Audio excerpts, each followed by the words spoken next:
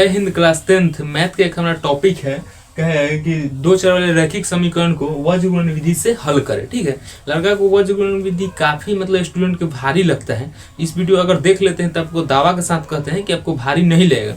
आदमी A1 B1 C2 यानी सूत्र याद करता है, सबसे पहले भारी तो वो कर देता है आदमी। ठीक है, हम वो भी आपको सूत्र नहीं बनाएंगे, आपको सूत्र भी नहीं बताएंगे, आंसर सही आएगा। ठीक है, बस आपको देखना है तरीका गजब का तरीका है, क्रॉसिंग वाला। ठीक है, यानी अद्भुत तरीका है, आपको वीडियो ध्यान से देखना है। ठीक है, और वीडियो देख लेते हैं तो 2 नंबर आना तय है, क्योंकि रैखिक समीकरण को हल करने के कई सारे विधियां में से एक प्रमुख है हमारा वज्र गुणन विधि। जो भी एग्जाम बोर्ड एग्जाम होता है ना, उसमें पूछा है कि रैखिक समीकरण इतना इतना, कोई कहे क्वेश्चन दे देगी रैखिक समीकरण 2x प्लस y माइनस 5 ठीक है बराबर 0 और 3x प्लस 2y माइनस 8 बराबर 0 को वज्र गुणन विधि से हल करें। तो इस वीडियो में हम वज्र गुणन विधि स्टार्ट करते हैं। ठीक है, देखिए लिखेंगे सबसे पहले मैथ है तो हल ही लिखना है। क्या चीज लिख देते हैं हल।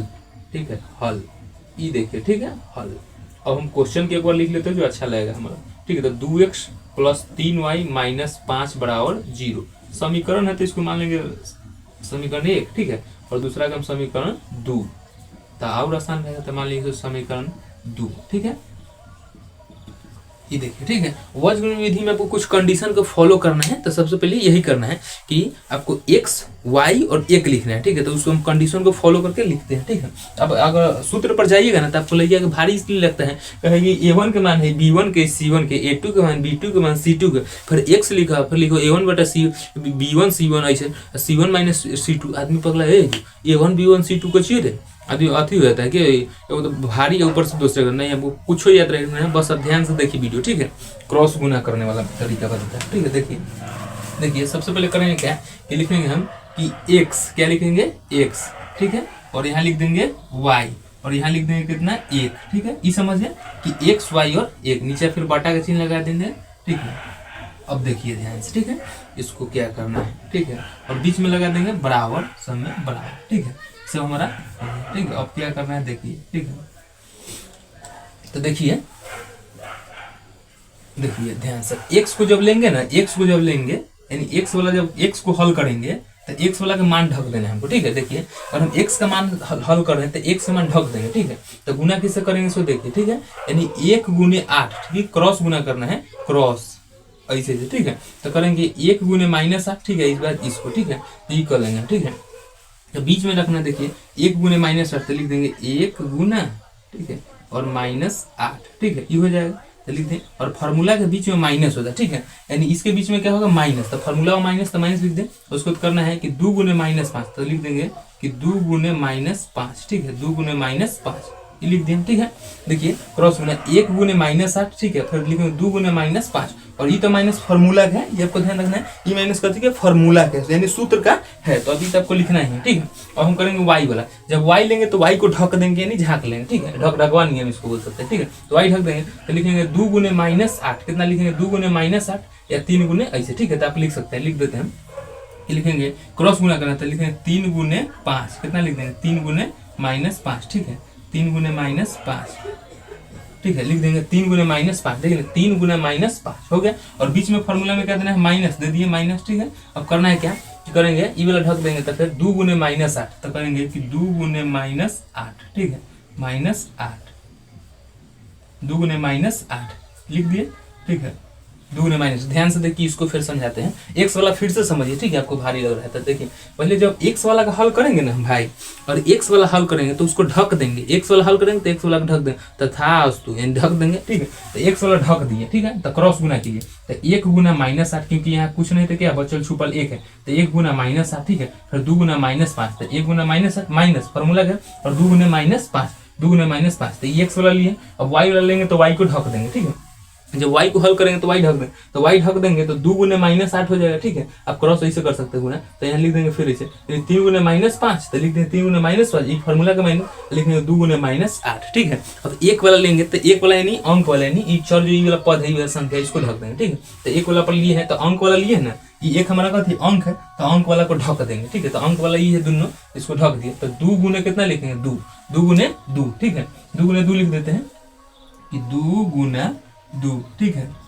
और माइनस कितना है 3 गुना 1। ठीक है, 3 गुना 1, देखिए इसको ढक देंगे तो 2 गुना 2 हुआ और 3 गुना 1 लिख दिया यहाँ पर। ठीक है, यही हमारा क्या है, मतलब यही कोई अद्भुत तरीका है बनाने का, ठीक है। और अगर सूत्र आप याद करते हैं तो लिखेंगे B1 C1 A2 C2 आदमी का है तरह के, और तो आपको याद सूत्र होबे ना करेगा, अधिकतर आदमी को याद नहीं होगा। तो अगर न याद होता है तो आप इस तरीका को अपना सकते हैं।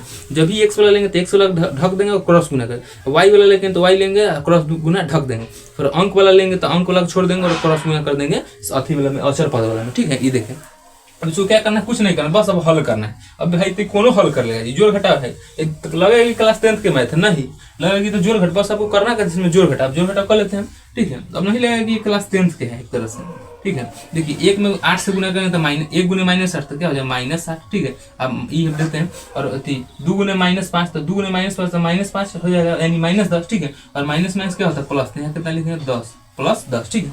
और फिर देते हैं बराबर, देखिए ना 1 गुने -8 तो -8 होगा, ठीक है। और माइनस पहले से है, माइनस पहले से, ठीक है, गुना, और 5 दूना 10 और -10 तो माइनस क्या होता है प्लस, तो लिख देंगे +10, तो लिख देंगे +10, ठीक है। अब देखिए इसको हल करें तो 3 दूना क्या होगा 15, 3 पचे कितना होगा 15, ठीक है। और ये माइनस तो माइनस दे दिए, ठीक है। और 8 गुना कितना होगा 16, और 16 माइनस क्या होता है प्लस, माइनस प्लस, तो 16 लिख दिए, ठीक है। अब यहाँ करेंगे क्या कि ये तो कोनो बना लेगा, 2 दूना कितना होगा 4, ठीक है। और 3 गुना -1 तो 3, ठीक है, हो गया।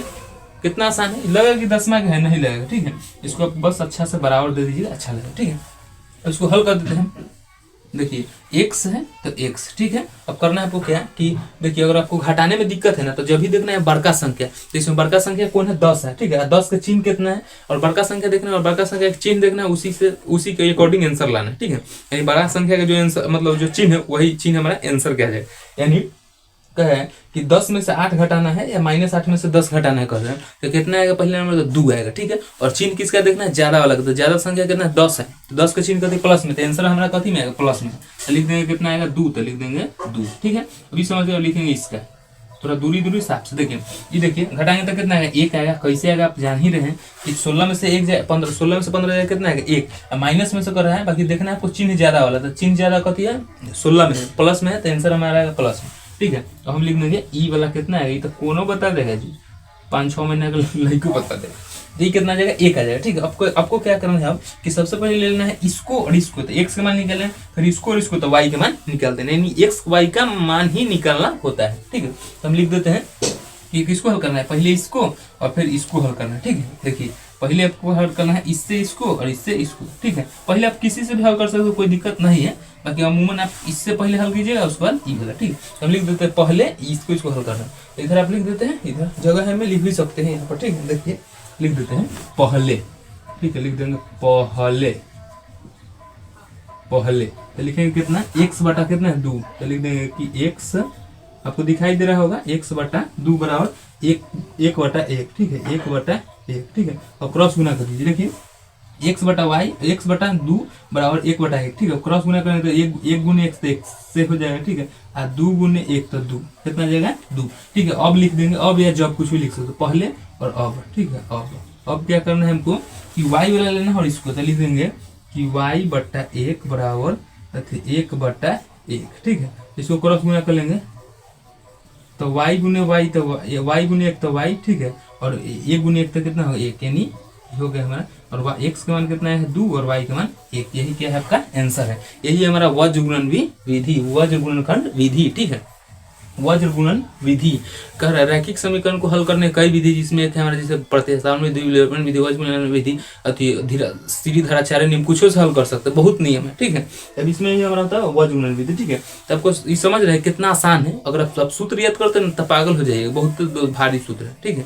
आप इससे बनाइए, कोई दिक्कत नहीं होगा। कोई आदमी सूत्र कहेगा तो कोई दिक्कत नहीं है, सूत्र हम बता देंगे, A1 बटा B1 ऐसे कहेगा, तो A1 का मान B1 का मान C2 का मान A2 B2 C2, आदमी A2 B2 C2 करते में C गायब, आदमी भोर पड़ जाएगा, इसे आपको भोर नहीं पढ़ाना है, ठीक है। इस सूत्र मतलब इसको फॉलो कीजिए, आपको कोई दिक्कत नहीं होगा, ठीक है। आई होप आप समझ रहे हैं, ठीक है। आपको जहां भी डाउट होगा आप कमेंट कर सकते हैं, आप जिस टॉपिक का आपको वीडियो चाहिए ना आपको कमेंट करना है, ठीक है। अब मिलेंगे किसी नेक्स्ट वीडियो में, जय हिंद।